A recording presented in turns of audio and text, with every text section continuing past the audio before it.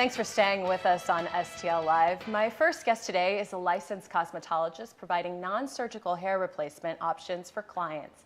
In addition to this, she's a hairstylist and she is also an author who has recently penned a book that is near and dear to her heart.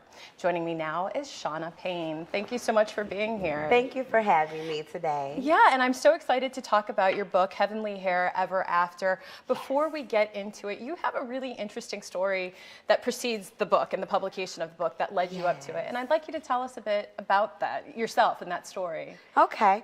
Well, my grandmothers both did hair, which prompted me to love it. And so once I grew up, I got my license and I worked with all type of clients. My mother is a 34-year breast cancer survivor, and so maybe about 5 to 8 years ago, I switched my clientele to include hair loss clients. So I'm doing wigs, toupees, mustaches, everything that hair loss would remove.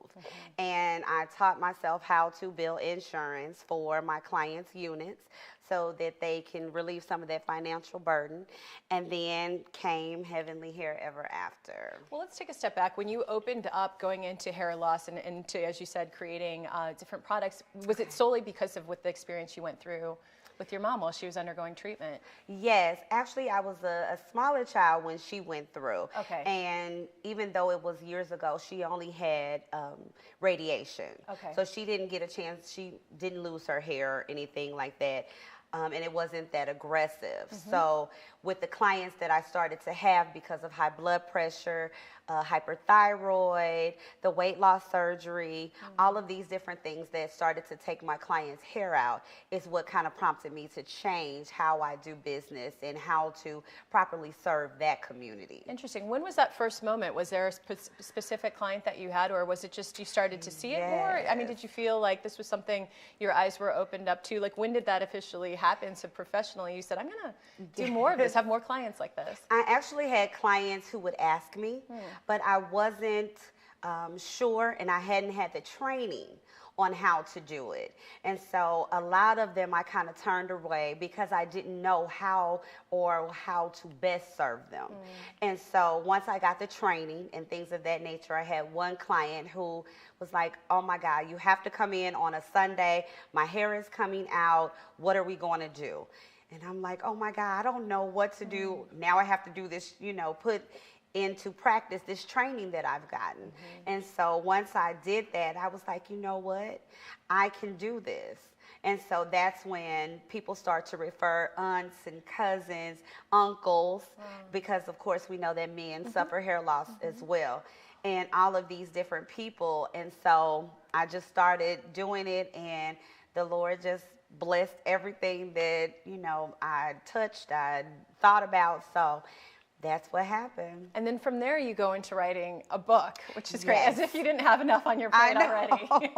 So what comes to you, especially a book where, I mean, the character Celeste is the fairy hair angel, and she's a young girl. So what sort of came into mind to write a book, and especially geared towards children? Yes. Well, we have a lot of things for women. I facilitate the Look Good, Feel Better program in my area, and that is geared towards women who are losing their hair and going through chemo and things of that nature. But we didn't have a lot of things for children, and children have this fairy tale like idea of, you know, books and things of that nature. And I started to see that there weren't any fairy princesses that did not have hair.